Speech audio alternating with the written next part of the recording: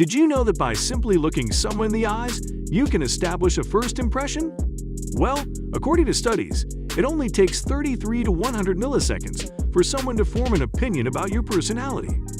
A brief period of time is clearly insufficient to accurately assess a person's personality. However, we all form opinions about people when we first meet them. Maybe you just landed a cool job you're eager to make a good first impression, or you just moved into a new neighborhood. Making a good first impression on someone can set the tone for the rest of your relationship.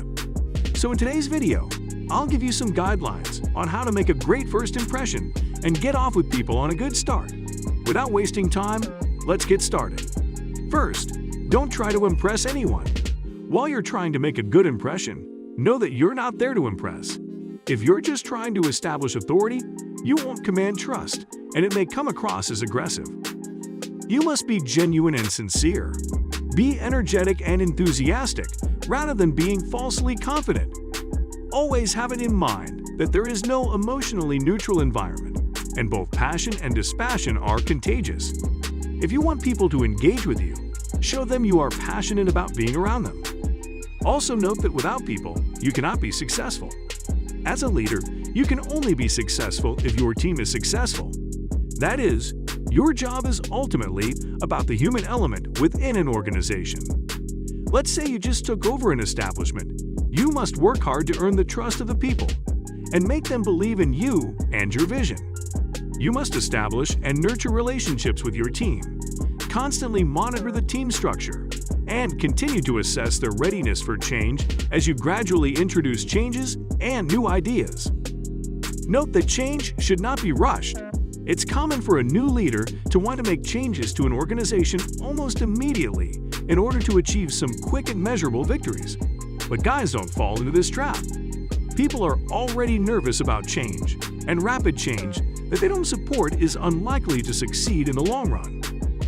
Making significant changes too quickly, even if your plan of action is unquestionably the best strategic approach for the organization, will result in a lack of interest from current workers who are not ready to embrace those changes and understand your vision.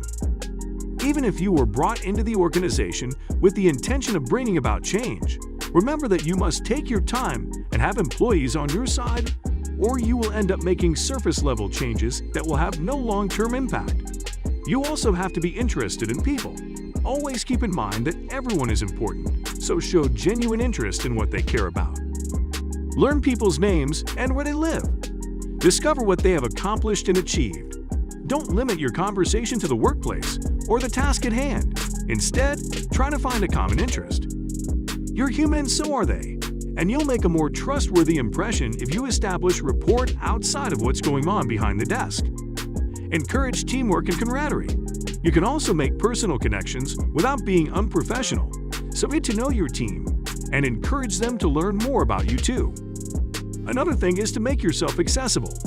This is not the time to constantly fix strategy meetings with other senior leaders or sit behind a closed office door all the time, especially when you're new in the organization. Make yourself visible and accessible. Move around the office and strike up conversations instead of always staying at your desk. Allow the team to adjust to your presence. Give employees the opportunity to engage with you if you truly want the organization to be successful. Making yourself available isn't the same as making yourself available all the time. You only have a limited number of work hours.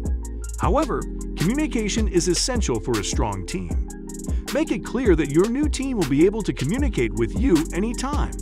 Also, try to always disengage yourself from all distractions. Nothing is more embarrassing than having your phone ring during an important introduction or meeting unless you're checking your phone at the time. Set your phone to silent before you arrive, and if the vibrations that indicate you've been retweeted are still too tempting, turn it off completely.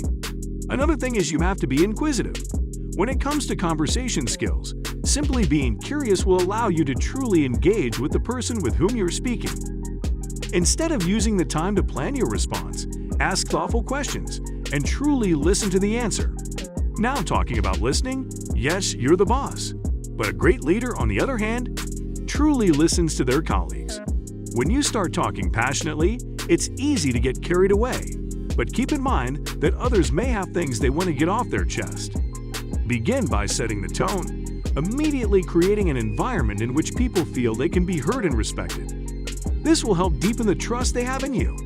You also need to understand the culture if you want to create an environment that motivates and inspires people.